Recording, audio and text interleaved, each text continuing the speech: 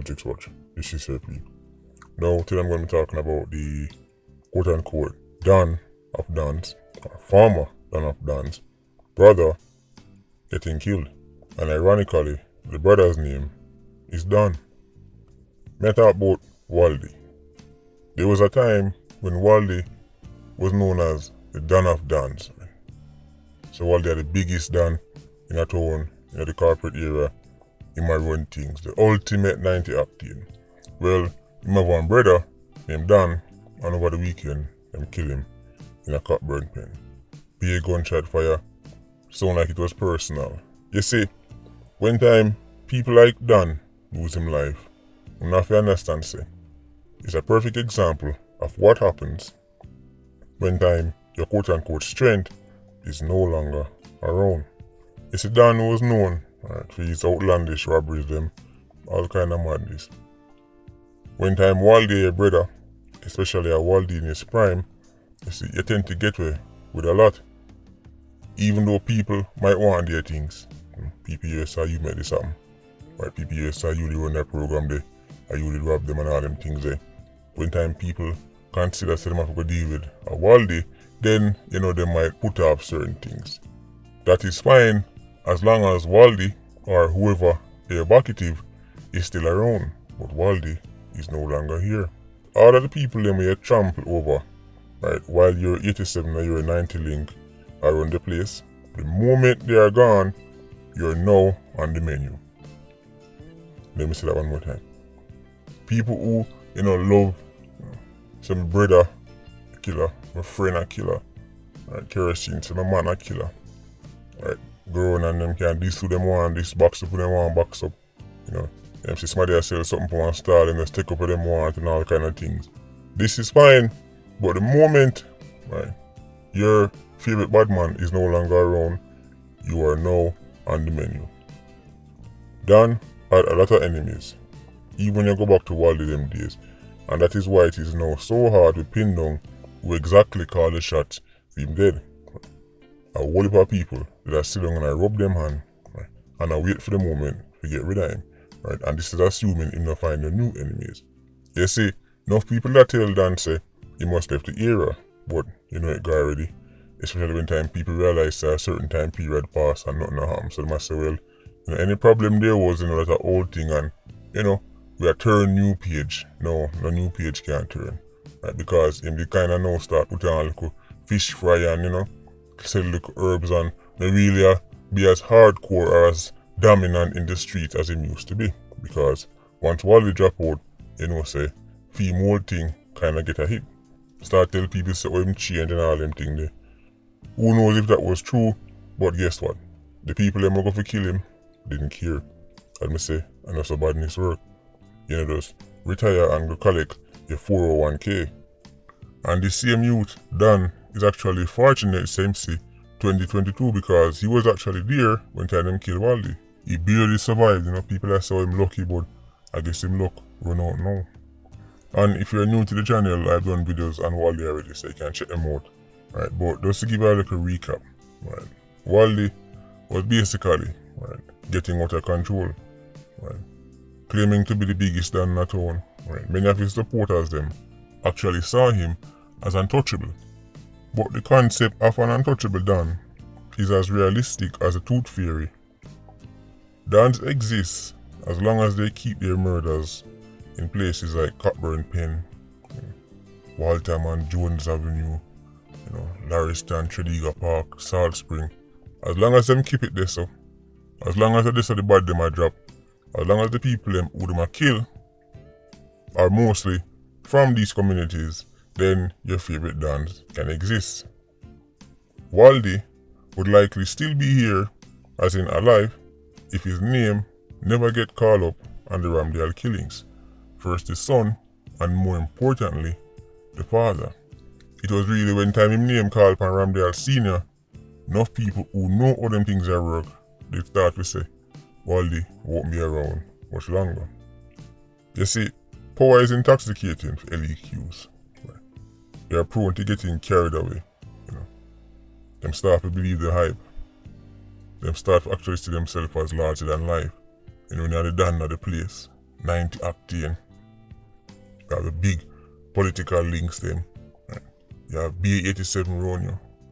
One bag of kerosene, all kind of hot girls and the lifestyle. Right? Enough of them start get caught up and think say, oh, and me actually sit at the top of the food chain. But they don't.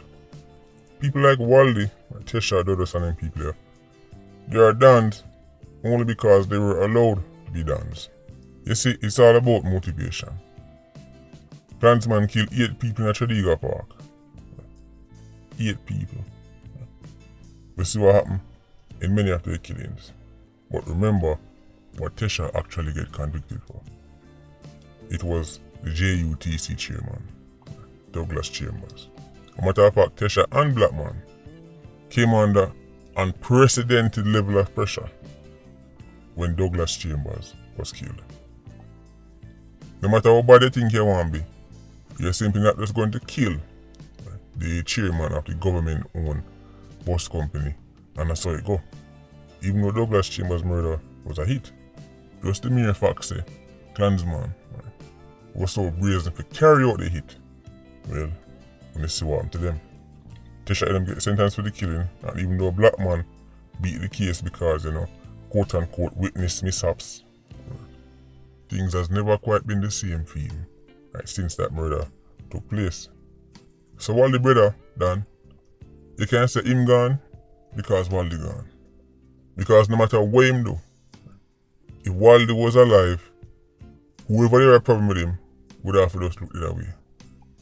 They would have to look the other way or make up their mind so they're going, to get involved in a very, very serious, long and bloody gang war.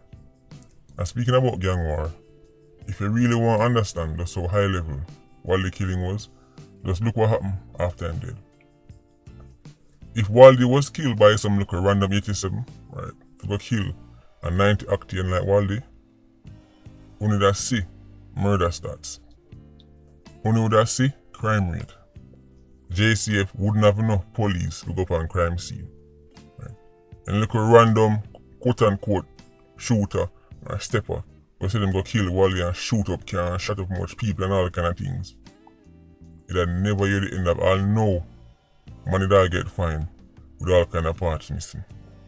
But when you see Waldy dead, how much you see come outside? Now, before me end the video, I want to talk about a story that originally break into the papers and now we have some more information.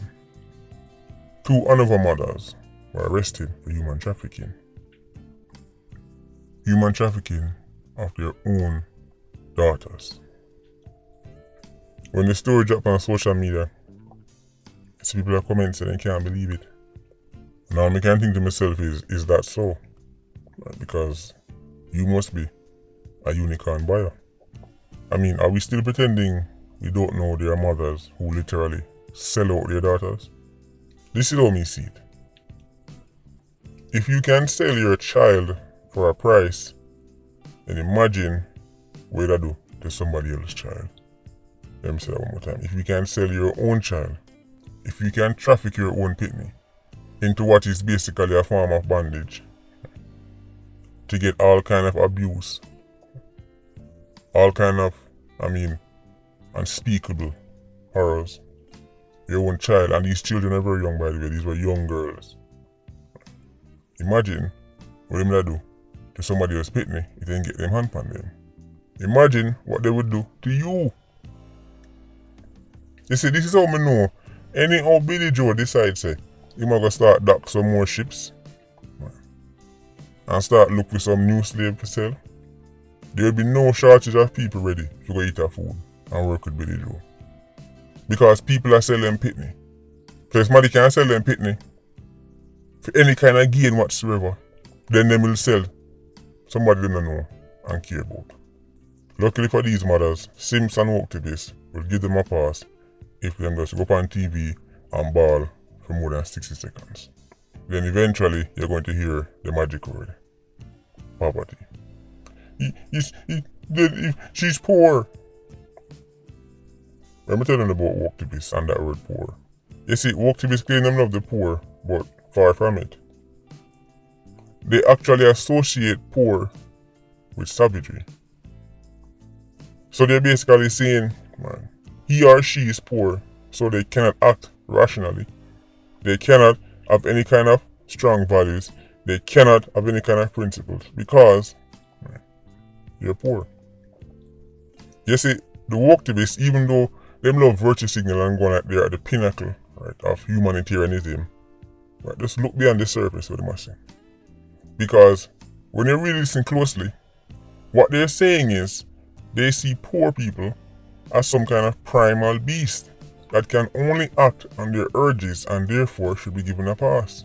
Whether it's a financial urge to get some more money or a sexual urge or something like that. It's poor. What you want him to do?